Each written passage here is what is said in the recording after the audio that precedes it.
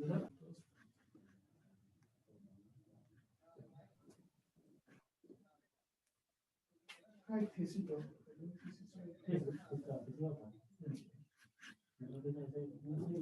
Class में अपन ने निकल का इफेक्ट, निकल एलिमेंट अगर ऐड करेंगे स्टील में तो क्या इफेक्ट्स आएंगे ये डिस्कस किया था, और क्रोमियम ऐड करेंगे तो क्या इफेक्ट्स आएंगे वो डिस्कस किया था, और अपन ने निकल क्रोमियम स्टील के बारे में भी डिस्कस किया था, जिससे पता चला कि ये निकल क्रोमियम स्टील जो यूज होता है, मेन इसका यूज है क्रैंक शाफ्ट बनाने में। क्रैंक शाफ्ट में एज अ मटेरियल यूज किया जाता है कि उस कौन से किसके क्रैंक शाफ्ट में, मोटर जो कार होती है उसके क्रैंक शाफ्ट में। ठीक है, अब तीसरा जो एलिमेंट है वो है आपका टंगस्टन। तीसरा एलिमेंट है टंगस्टन। ठीक है, टंगस्टन का क्या काम होता है? It prohibits the grain growth. ठीक है, ये लाइन लिखनी है।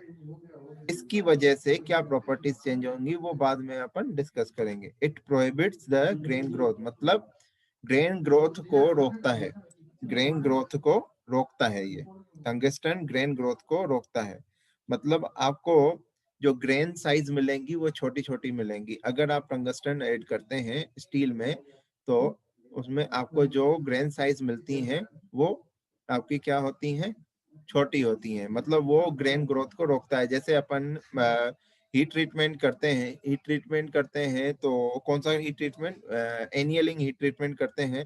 तो एनियलिंग हीट ट्रीटमेंट करते हैं तो ग्रेन ग्रोथ होता है, ग्रेन ग्रोथ होता है। तो अगर अपन को उस ग्रेन ग्रोथ को रोकना है तो हम क्या करेंगे, tungsten as a element use करेंगे किसमें, स्टील में। And increases the depth of hardening of the quenched steel। जैसे मान लो अपन ने सरफेस हार्डनिंग की है तो सरफेस हार्डनिंग करते हैं अपन। जैसे मान लीजिए अपन को सिर्फ सरफेस हार्डनिंग, सरफेस को ही हार्ड रखना है, तो अपन ने पढ़ा था हीट ट्रीटमेंट प्रोसेस में सरफेस हार्डनिंग। तो सरफेस हार्डनिंग क्या करता है, उसमें ज्यादा एनर्जी यूज नहीं होती है, सिर्फ सरफेस को ही हार्ड करता है। वो अंदर के ज्यादा अंदर के डेप्थ तक वो मटेरियल को हार्ड नहीं कर पाता है। तो अपन उसमें अपन की अगर अगर इन केस अपन को ये चाहिए कि भाई हार्डनेस की डेप्थ और ज्यादा बढ़ानी है, हार्डनेस की डेप्थ और ज्यादा बढ़ानी है, तो हम क्या करेंगे, टंगस्टन टंगस्टन एलिमेंट यूज करेंगे किसमें, स्टील में। ठीक है, आया समझ में। And the comfort the property of the remaining hard even when heated to the red colour. मतलब आपका यहाँ पे ये मटेरियल में इतना हार्डनेस तब तक हार्डनेस दिखाएगा जब तक वो आपका मटेरियल गर्म करते करते हार्ड ना हो जाए, सॉरी रेड ना हो जाए, तब तक इसकी हार्डनेस कभी भी रिड्यूस नहीं होगी। गर्म करते जाएंगे तब भी इसके में मटेरियल में हार्डनेस रहेगी अगर टंगस्टन यूज करते हैं तो टंगस्टन का मेन, टंगस्टन ऐड करने का मेन मकसद क्या है, मटेरियल की डेप्थ ऑफ हार्डनेस को इंक्रीज करना है। मतलब सरफेस पे अगर मटेरियल हार्ड है तो उसकी डेप्थ को, अगर अंदर की डेप्थ तक अगर अपन को मटेरियल को हार्ड बनाना है तो टंगस्टन यूज करते हैं। दूसरा अपन कहाँ पे यूज करते हैं, जब अपन को ग्रेन ग्रोथ की जरूरत नहीं हो, मटेरियल में ग्रेन ग्रोथ की जरूरत नहीं हो, ग्रेन ग्रोथ को रोकने के लिए अपन tungsten as a element use करते हैं स्टील में।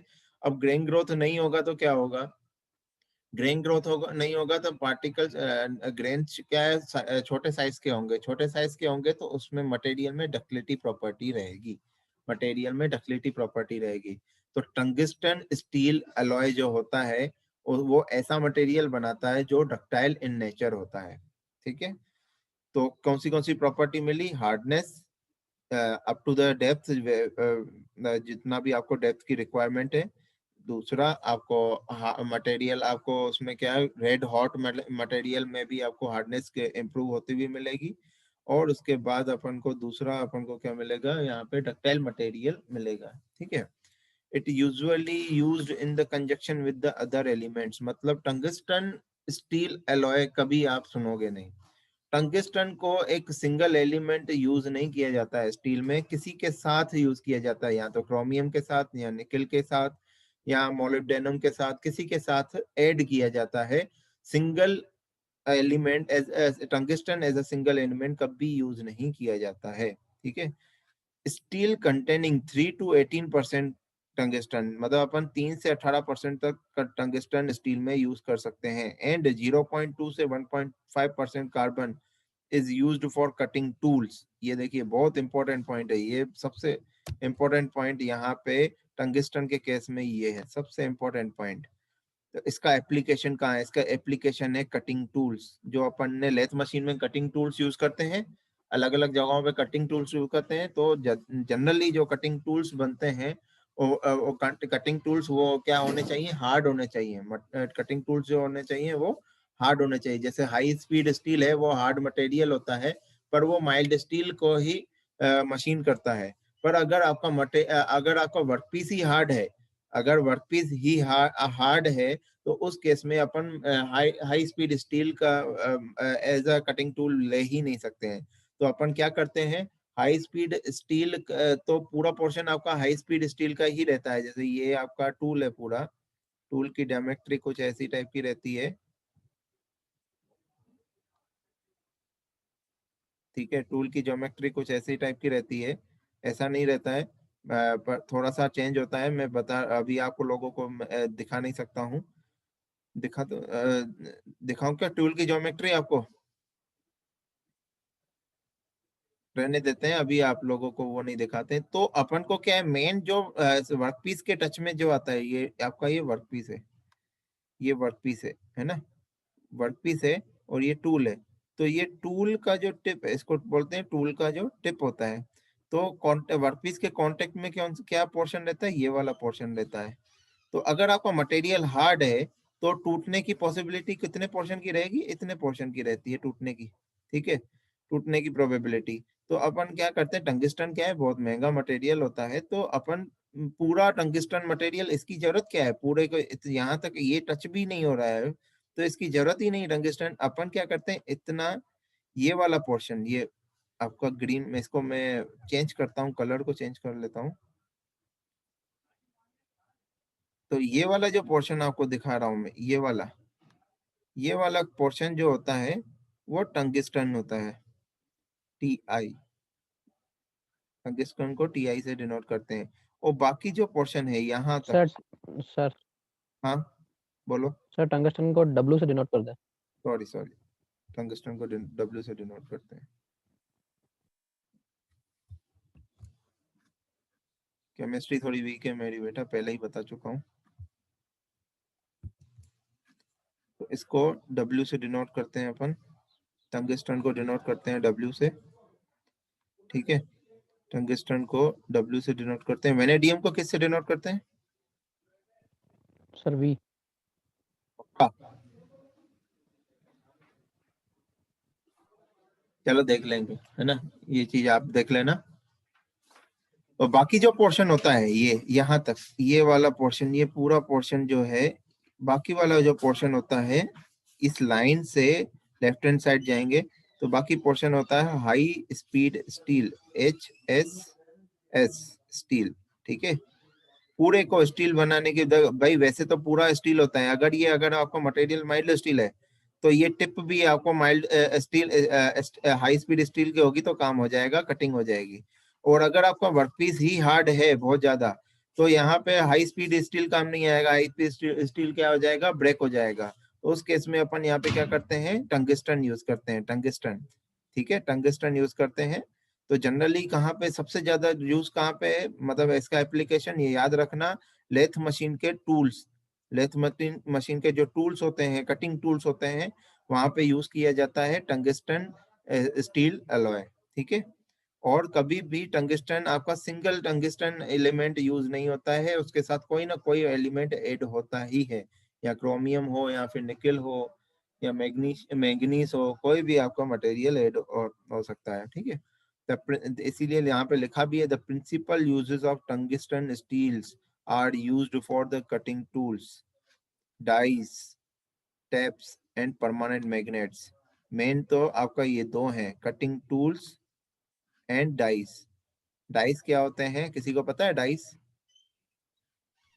सर कास्टिंग के लिए काम में आते हैं। हाँ, कास्टिंग के लिए काम में आता है, वेरी गुड। तो जब अपन कास्टिंग करते हैं, कास्टिंग करते हैं, या फिर कास्टिंग भी नहीं, जरूरी नहीं है कास्टिंग, अपन फॉर्मिंग मेथड भी अप्लाई करते हैं। मैन्युफैक्चरिंग प्रोसेसेस कई तरह की होती हैं, एक तो मशीनिंग प्रोसेस, दूसरा कास्टिंग प्रोसेस, तीसरा फॉर्मिंग प्रोसेस, चौथा पाउडर मेटलर्जी प्रोसेस और चौथा पांचवा आपका वेल्डिंग प्रोसेस। तो कई तरह के मैन्युफैक्चरिंग प्रोसेसेस होती हैं। तो उनमें से दो मेथड ऐसे होते हैं जो मतलब एक तो कास्टिंग, दूसरा आपका होता है फॉर्मिंग। इन दोनों में अपन क्या यूज करते हैं, डाइस यूज करते हैं शेप बनाने के लिए। किसी भी प्रोडक्ट का शेप बनाना है तो अपन डाई का यूज करते हैं। फॉर एग्जांपल डाई, एक डाई ऐसी मैं बना रहा हूं यहाँ पे। अगर मेरे को ये एक डाई है, ठीक है, मेरे पास एक प्लेट है, देखिए मेरे पास एक प्लेट है,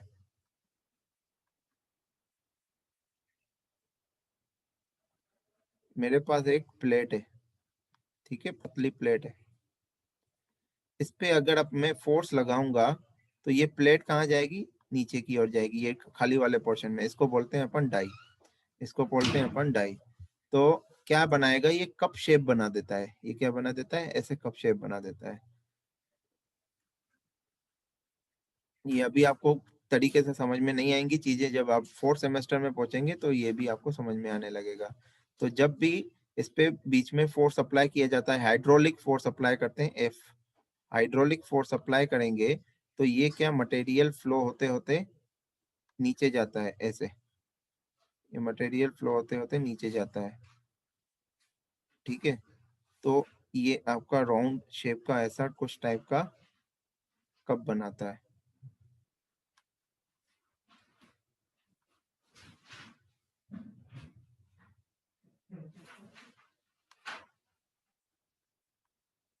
ठीक है, कुछ ऐसा टाइप का कप बना देता है, ठीक है। तो यहाँ पे जो डाई, यहाँ पे डाई यूज हुई थी, तो ये कप कैसे बना, इस डाई की वजह से। अब मटेरियल जो आपका जो वर्कपीस है वो डाई के कांटेक्ट में आ रहा है, और अगर ये मटेरियल आपका बहुत ज्यादा हार्ड है तो डाई डाई को ब्रेक कर देगा यहाँ से, इधर से कर सकता है कि नहीं, कर सकता है, इधर से कॉर्नर से उसको डाई को ब्रेक कर सकता है, बिल्कुल कर सकता है, क्योंकि अपन फोर्स ऊपर से लगा रहे हैं। पर अगर अपन अगर हमारा डाई ज्यादा हार्ड नहीं हुआ मटेरियल से, तो यहाँ पे डाई आपकी ब्रेक हो सकती है। तो डाई भी आपकी ज्यादा हार्ड होनी चाहिए as compare to work piece, as compare to work piece. तो इसीलिए डाई भी जो यूज की जाती है, जहाँ पे अगर हार्ड मटेरियल है का अगर अपन को कास्टिंग करनी है या फिर फॉर्मिंग करनी है, तो उस केस में अपन जो डाई यूज करते हैं वो कौन सी डाई होती है, टंगस्टन स्टील डाई होती है, ठीक है। तो ये दोनों मेन है, इनके बारे में जरूर आप ये नहीं भूलना लिखना, एक तो डाइस, दूसरा ये आपका कट, कटिंग टूल्स। बाकी भले न लिखें चलेगा, ठीक है। वॉल्स तो किसी और स्टील का भी यूज होते हैं, ठीक है, मैंने आप लोगों को बताया था क्रोमियम। क्रोमियम में कौन से क्रोमियम होता है, क्रोमियम था कि निकल था, ठीक है। बेटा ये याद नहीं रहती है चीजें आपको, आखिरी में ये टॉपिक, आखिरी में पढ़ने लायक टॉपिक होते हैं ये,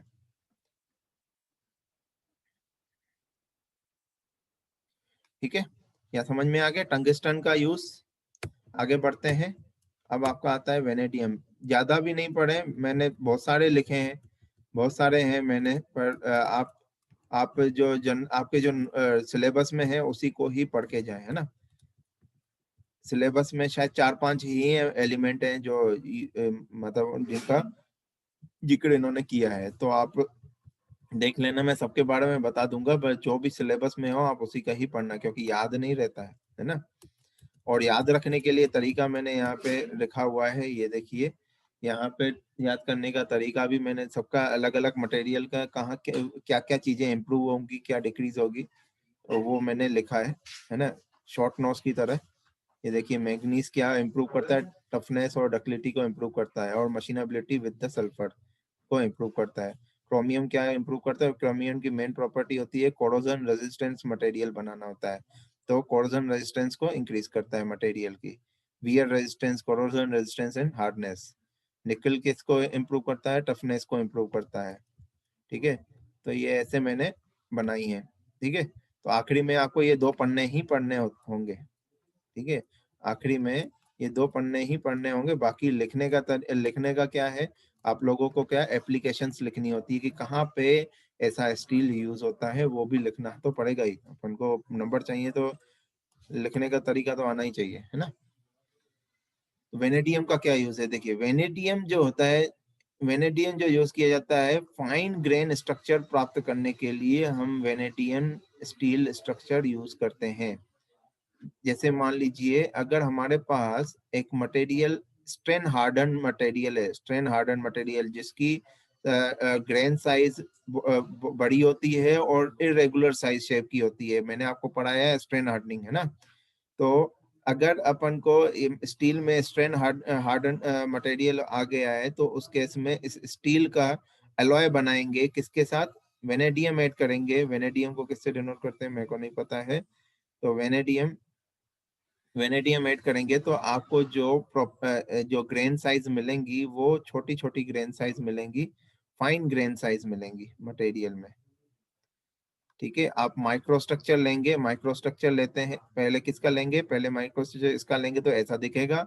फिर जैसे ही आपने वेनेडियम अलॉय स्टील अलॉय बना दिया तो फिर आपको माइक्रोस्ट्रक्चर कुछ ऐसा दिखने लगता है। ठीक है, फाइन ग्रेन स्ट्रक्चर के बनाने के लिए अपन को क्या यूज करना होता है, vanadium as a element use करना होता है, किसमें, स्टील में। ठीक है, तो ये भी यूज होता है, टूल स्टील्स में यूज होता है जनरली। तो जनरली एक्चुअली क्या होता है कि हम जो अलॉय बनाते हैं वो, जैसे बोला था मैंने, tungsten alloy, tungsten steel alloy बनाते हैं तो tungsten as a single element कभी भी यूज नहीं करते हैं। तो कई सारे स्टील ऐसे होते हैं जिसमें वेनेडियम और टंगिस्टन टंगिस्टन का मिक्सचर होता है, किसमें, स्टील में। ठीक है, जनरली इसको ऐसे ही मिलेंगे। ठीक है, अब जैसे आप बोले कि sir research point of view से अपन बात करें, तो रिसर्च पॉइंट ऑफ व्यू से भाई क्यों, अब क्वेश्चन बनता है क्या कि क्यों आपका tungsten as a single element use नहीं करते हैं, क्यों। तो ये रिसर्च पॉइंट ऑफ व्यू से हो गया आपकी थिंकिंग। तो आपको क्या करना होगा, tungsten as a single element use करें, फिर इसकी प्रॉपर्टीज पता करें तो पता चल जाएगा कि क्यों यूज नहीं करते हैं single as a single element, है ना। तो आप उस अपनी थीसिस में ये लिख सकते हैं, जब आपने क्वेश्चन बनाया, रिसर्च में आपका क्वेश्चन बन गया कि भाई क्यों tungsten as a single element नहीं यूज होता है ना। तो अब आपने आपने बना लिया, ठीक है, हम तो बनाएंगे, हम देखे बना के देखते हैं कि क्या प्रॉपर्टीज मिलती हैं, फिर उसकी अब उसका कंक्लूजन देंगे। ठीक है, तो कंक्लूजन दे दिया तो फाइनली आपका थीसिस हो गया पूरी तरह से, है ना। The addition of the very small amount of vanadium, vanadium बहुत छोटे कम अमाउंट में यूज होता है, लेस देन 0.2%। अभी तक अपन ने कितना यूज देखे टंगिस्टन 3 से 18% होता है, क्रोमियम कितना होता है, 0.5 to 2% यूज होता है, और निकल तो भैया 36% भी जाता है, आप लोगों ने देखा था, इनवार एज एग्जाम्पल देखा था। ठीक है, तो जो आपका जो वेनेडियम है बहुत कम मात्रा में यूज होता है, वो होता है कितना, 0.2%। Produces the marked increase in tensile strength, क्या है ये, क्या करता है, मटेरियल की टेंसाइल स्ट्रेंथ को इम्प्रूव कर देता है, और इलास्टिक लिमिट भी इम्प्रूव करता है in low and medium carbon steel, किसमें, low and medium carbon steel. Low and medium carbon steel मतलब क्या हो गया आपका, यहाँ पे कार्बन परसेंटेज कितना हो गया, 0.8% पर कार्बन तक हो गया। ठीक है, इसके बारे में अपन पढ़ेंगे कितना ये स्टील के क्लासिफिकेशन अपन पढ़ेंगे। ठीक है, 0.8% कार्बन तक इसको यूज किया जाता है, किसके लिए, for improving the class elastic limit. Elastic limit बढ़ेगी मतलब इलास्टिक मटेरियल की इलास्टिसिटी बढ़ जाएगी, without the loss of ductility. ठीक है, ये इंपॉर्टेंट है, without the loss of ductility, material की डक्टिलिटी प्रॉपर्टी लॉस नहीं होनी चाहिए। तो वेनेडियम का इस चीज का ध्यान रखता है, पहले तो वो आपको फाइन ग्रेन स्ट्रक्चर मिलता है, फिर दूसरा आपको मटेरियल की टेंसाइल स्ट्रेंथ इंप्रूव होते हुए मिलती है without the loss of any ductility property. ठीक है, और जनरली देखिए क्रोम वेनेडियम स्टील यूज होता है, जनरली जो बनता है क्रोम वेनेडियम स्टील, मतलब क्रोमियम और वेनेडियम मिक्स होता है स्टील में। The Chrome vanadium steel containing about the 0.5% to 1.5% chromium and 0.15 to 0.3% vanadium. देखिए वेनेडियम कम मात्रा में है, किससे, क्रोमियम से, एंड 0.13 to 1.1% कार्बन। तो ये आपका ये क्या पोर्शन बता रहा है? 0.13 to 1.1% कार्बन, ये बता रहा है आपका लो टू मीडियम कार्बन स्टील। ठीक है, have extremely good tensile strength, elastic limit and endurance limit and the ductility. यहाँ पे मेन बात ये है कि ये आपकी मटेरियल की इंड्योरेंस स्ट्रेंथ को भी इंप्रूव करता है वेनेडियम। अभी तक अपन ने इंड्योरेंस स्ट्रेंथ की कहीं पे भी बात नहीं की है। इंड्योरेंस स्ट्रेंथ कोई बताएगा क्या होता है इंड्योरेंस? सर स्ट्रेस की मैक्सिमम वैल्यू जिस पर कोई मटेरियल फेल नहीं होता विदाउट बिफोर फेलियर। आपका यील्ड होता है, अल्टीमेट पॉइंट होता है, यील्ड पॉइंट भी होता है कि नहीं? जब भी किसी मटेरियल सिंगल लोड अप्लाई होता है, जब भी किसी मटेरियल में सिंगल लोड अप्लाई होता है, मतलब मान लीजिए या तो 100 न्यूटन या 200 न्यूटन 300 न्यूटन, कोई भी सिंगल लोड अप्लाई होता है, तो उस केस में फेलियर की बात जब करते हैं तो दो पॉइंट आते हैं, एक तो यील्ड पॉइंट, दूसरा आता है अल्टीमेट पॉइंट। तो दो फेलियर पॉइंट होते हैं। पर जब भी किसी मटेरियल में साइक्लिक लोडिंग अप्लाई होता है या फिर वेरिएबल लोडिंग अप्लाई होता है, मतलब एक लोड नहीं, मल्टीपल लोड अप्लाई होते हैं, कभी 200 न्यूटन अप्लाई होता है, कभी 100 न्यूटन अप्लाई होता है, कभी 150 न्यूटन अप्लाई होता है, तो उस केस में क्या होता है, जैसे आप लोग ब्रिज ब्रिज की बात करें, ब्रिज में क्या होता है, कभी 10 कारें चलती हैं एक साथ, कभी भाई एक भी कार नहीं होती है, कभी ट्रक चलने लगता है, तो लोड वेरी कर रहा है ब्रिज का, ब्रिज पे जो लोड अप्लाई हो रहा है वो वेरी कर रहा है। तो वहां पे जो अपन बात करते हैं एक ही स्ट्रेंथ की बात करते हैं, वो कौन सी होती है? इंड्योरेंस स्ट्रेंथ, जिसको अपन बोलते हैं फटीग प्रॉपर्टी, मटेरियल की फटीग प्रॉपर्टी। तो मटेरियल की फटीग प्रॉपर्टी कौन बताता है? इंड्योरेंस स्ट्रेंथ बताता है। तो यहाँ पे आपको मटेरियल की फटीग प्रॉपर्टी इंप्रूव होती है वेनेडियम ऐड करते हैं तो। नोट कर लें, इसमें लिखा नहीं हुआ है पीपीटी में, आप नोट कर लें। अगर स्टील में वेनेडियम यूज करते हैं तो मटेरियल की फटीग प्रॉपर्टी इंप्रूव होती है या फिर इंड्योरेंस लिमिट इंप्रूव होता है। ठीक है, लिख लें।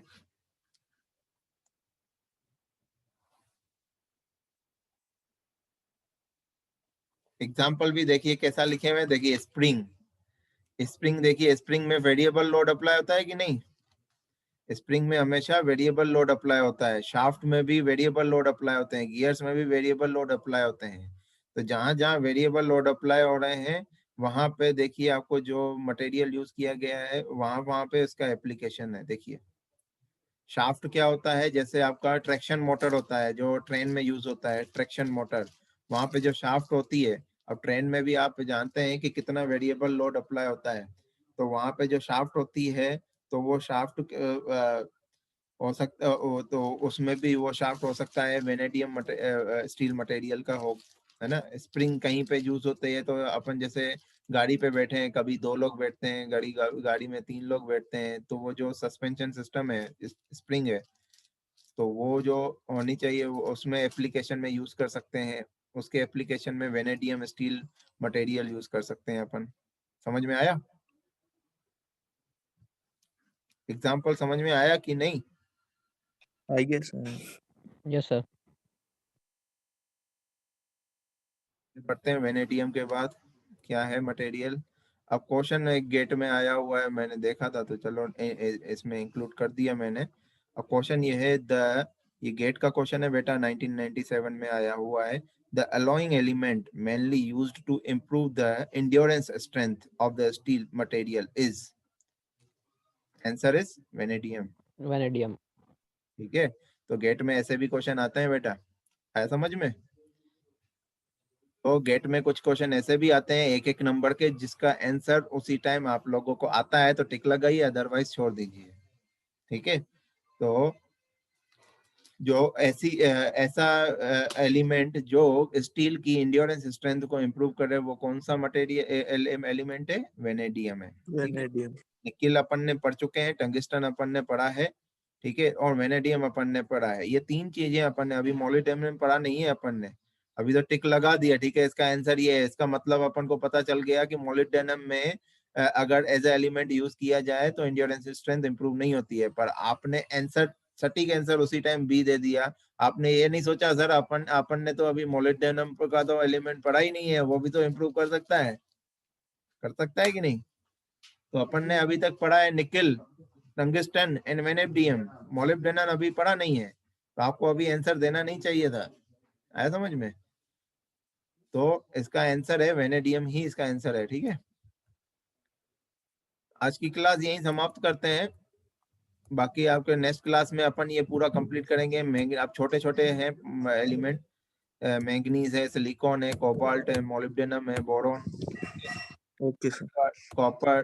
ठीक है, ये मेन छोटे छोटे हैं पोर्शन, है ना, उसको अपन कवर करेंगे। ये पूरा पीपीटी यहाँ पे नेक्स्ट क्लास में, जो Thursday next week Thursday class होगी, उसमें आप लोगों का ये चैप्टर कंप्लीट करेंगे अपन। ठीक है, ओके क्लास यहीं तक। Thank you so much. Thank you sir. रुको बेटा रुको, अटेंडेंस ले लूं सभी लोगों की पहले। अटेंडेंस सर ले कल भी नहीं दी थी।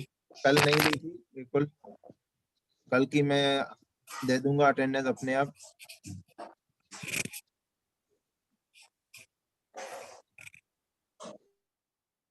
पता है कौन कौन आया था? अभी आया है अंकित, आयुष जायसवाल, भावना, दीपचंद, धैर्य, कार्तिक, खुशीराम,